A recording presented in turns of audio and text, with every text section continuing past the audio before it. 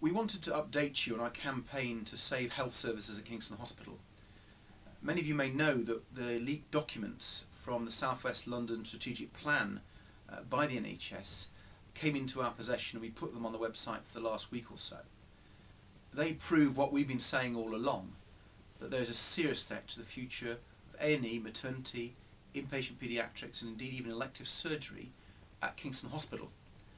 I only wish that our political opponents, particularly Conservatives, would actually admit that and come on board as we've offered them, rather than keep on accusing us of scaremongering, because now the evidence is absolutely clear. We would like the NHS to publish those documents in full, and I'm delighted that Liberal Democrat councillors at Kingston Council passed a motion, although they were opposed by Conservative councillors, calling on those documents to be published so we can see all the thinking behind the NHS and ensure that our campaign can go from strength to strength. Ed, the reality is, of course, that the NHS is trying now to resist sending us the documents that we've asked for.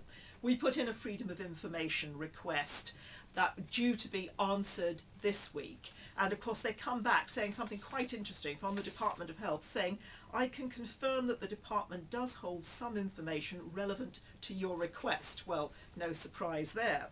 However, then explaining it would take too long to pull it together. I suspect anyone exercising the search button on their email will be able to put our request together quite quickly.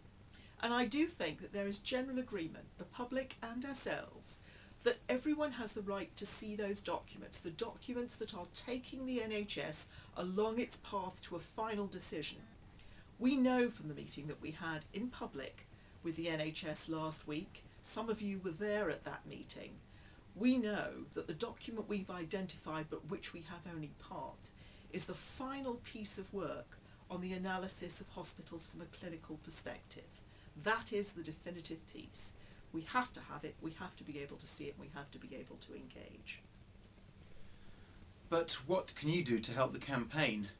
Many of you have already signed the petition, but Susan and I want to present that petition to Parliament before the election is called.